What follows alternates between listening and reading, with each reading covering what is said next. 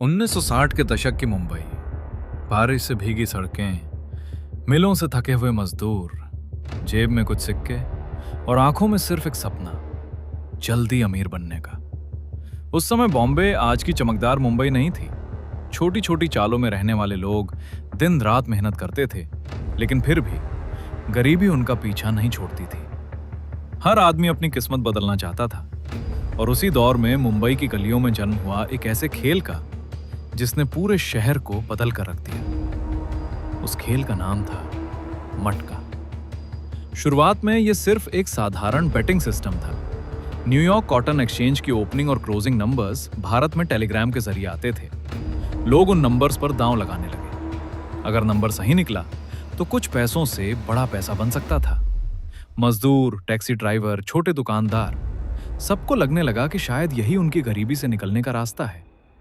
लोग दिन भर की कमाई रात को एक नंबर पर लगा देते थे, इस उम्मीद में कि अगली सुबह उनकी जिंदगी बदल जाएगी। लेकिन धीरे धीरे यह खेल बदलने लगा। असली कॉटन नंबर्स की जगह फेक रैंडम नंबर्स इस्तेमाल होने लगे। और तभी मुंबई के इस अंधेरे खेल में एक ऐसा आदमी आया जिसने मटका को सिर्फ गैम्बलिंग नहीं, बल्कि एक एम्पायर बना दिया। उसका नाम था रतन खत्री। रतन खत्री ने बहुत जल्दी समझ लिया था कि मुंबई का गरीब आदमी मेहनत से ज्यादा किस्मत पर भरोसा करना चाहता है। उसने मटका को ऑर्गेनाइज्ड बिजनेस बना दिया।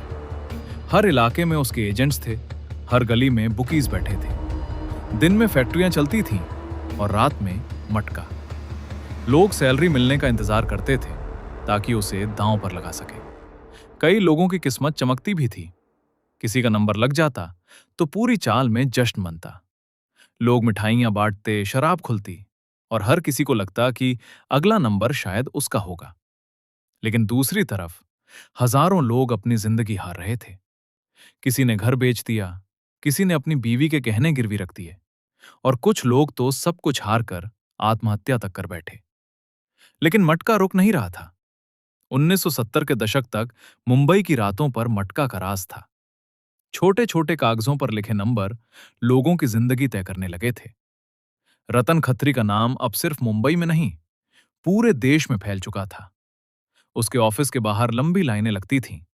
बड़े बिजनेसमैन, पॉलिटिशियंस, पुलिस ऑफिसर्स, यहां तक कि अंडरवर्ल्ड तक उसके कनेक्शंस पहुंच चुके थे। कहा जाता था कि मुंबई की आधी रातें मटका के पैसों से चलती थीं। जहां पैसा आता है, वहां क्राइम भी आता है। धीरे धीरे अंडरवर्ल्ड गैंग्स मटका के धंधे में घुसने लगे। इलाके बांटे जाने लगे। धमकियां, शूटआउट्स, पुलिस रेड्स। मुंबई की सड़कों पर डर बढ़ने लगा। लेकिन हैरानी की बात यह थी कि हर रेड के बाद कुछ दिनों में सब पहले जैसा हो जाता था। लोगों को लगने लगा कि शायद सिस्टम खुद इस गेम को बचा रहा है। मटका अब सिर्फ गैम्बलिंग नहीं था, यह एडिक्शन बन चुका था। लोग अपने बच्चों की फीस तक दांव पर लगाने लगे थे। घरों में लड़ाइयां होने लगीं। कई परिवार बर्बाद हो गए। लेकिन फिर भी हर आदमी को लगता था कि अगला नंबर उसकी जिंदगी बदल देगा। यही उम्मीद इस खेल की सबसे खतरनाक ताकत थी। दूसरी तरफ रतन खत्री की जिंदगी बदल चुकी थी। आलीशान गाड़ियां, फिल्मी सितारों से रिश्ते, 5 सितारा होटलों की पार्टीज। वो अब सिर्फ बिजनेसमैन नहीं रहा था, लोग उसे मटका किंग कहने लगे थे। मुंबई के अंधेरे में उसका नाम ही पावर बन चुका था। लेकिन हर एम्पायर की तरह इस एम्पायर का डाउनफॉल भी शुरू होने वाला था। 1990 के दशक तक मुंबई बदलने लगी थी। अंडरवर्ल्ड और ज्यादा खतरनाक हो चुका था।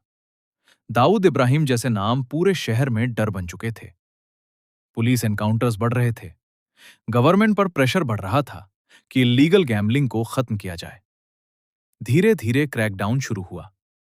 बुकीज गिरफ्तार होने लगे, नेटवर्क्स टूटने लगे, और जो गेम कभी मुंबई की हार्टबीट था, वो धीरे धीरे अंधेरे में गायब होने लगा।